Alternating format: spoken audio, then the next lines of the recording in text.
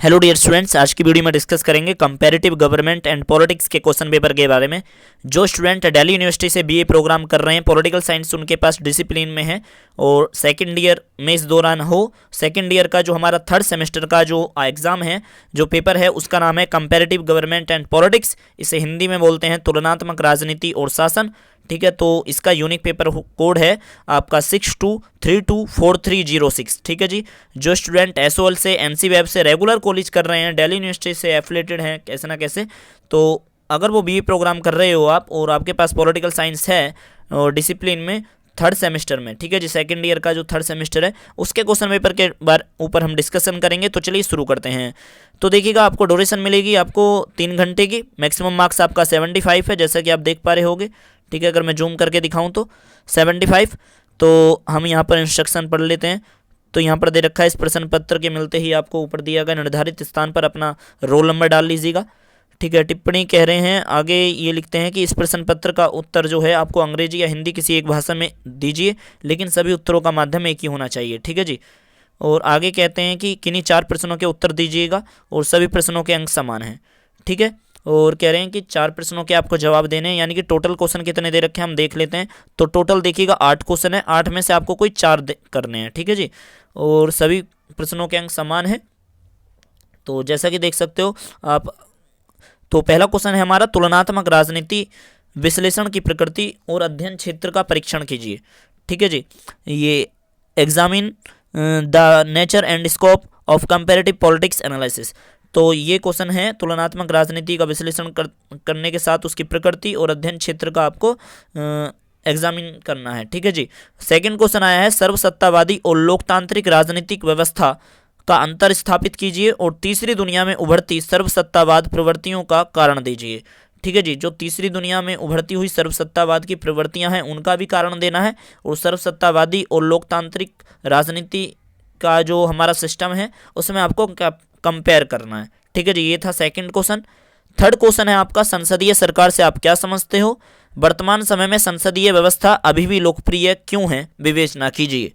ठीक है, जिसमें आपका जो पार्लियामेंट्री सिस्टम है उसके ऊपर आपको कहने के लिए कह रहा है, और वर्तमान में जो हमारा पार्लियामेंट्री सिस्टम है, संसदीय व्यवस्था, और वो अभी भी लोकप्रिय है, पॉपुलर है, और इसी पर आपको क्या करना है जी? विवेचना करनी है। ठीक है जी। और आपका चौथा क्वेश्चन आया है, अमेरिका के राष्ट्रपति की बढ़ती शक्तियों का आलोचनात्मक परीक्षण कीजिए।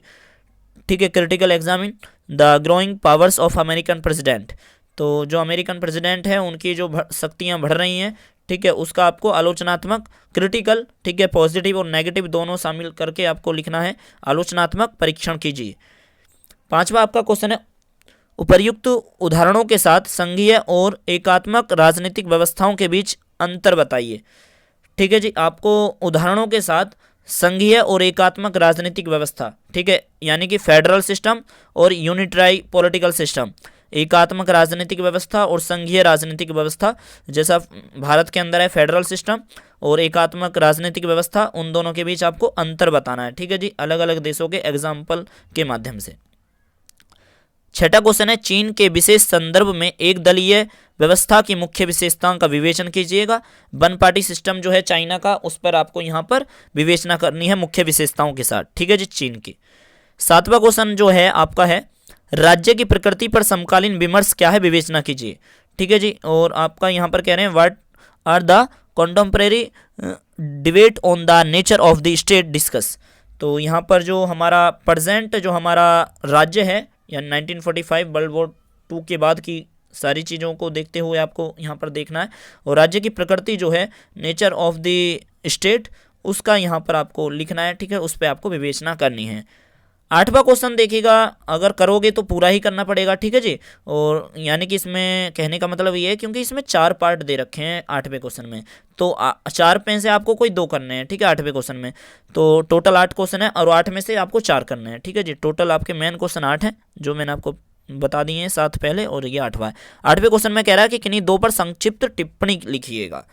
ठीक है, तो पहला कह रहे हैं आपका आनुपातिक प्रतिनिधित्व प्रणाली, ठीक है, प्रोपोर्शनल आपका रिप्रेजेंटेशन, और आपका है डिक्टेटरशिप ऑफ कैबिनेट, मंत्रिमंडल की तानाशाही, और अगला है वैश्वीकरण, और चौथा पॉइंट है आपका दलीय व्यवस्था। ठीक है। तो ये आपके 4 हैं, 4 क्वेश्चनों में आपको कोई 2 अटेम्प्ट करने हैं यहाँ पर 8वें क्वेश्चन में, और टोटल 8 क्वेश्चन है जिसमें से आपको 4 करने हैं। ठीक है जी, ये आपके टोटल 8 क्वेश्चन थे। तो ये था आपका 2 पेजों का आपका क्वेश्चन पेपर जो इस तरह का आया है। आई होप कि आपको पूरा समझ में आ गया होगा कि किस प्रकार का आखिरकार थोड़ा बहुत मॉडल मिल गया होगा इस क्वेश्चन पेपर को डिस्कस करा है जो मैंने आपके साथ। तो ऐसी ही और वीडियो देखने के लिए हमारे यूट्यूब चैनल को आप सब्सक्राइब कर सकते हो। तब तक ले दीजिए मुझे इजाज़त। Thank you so much.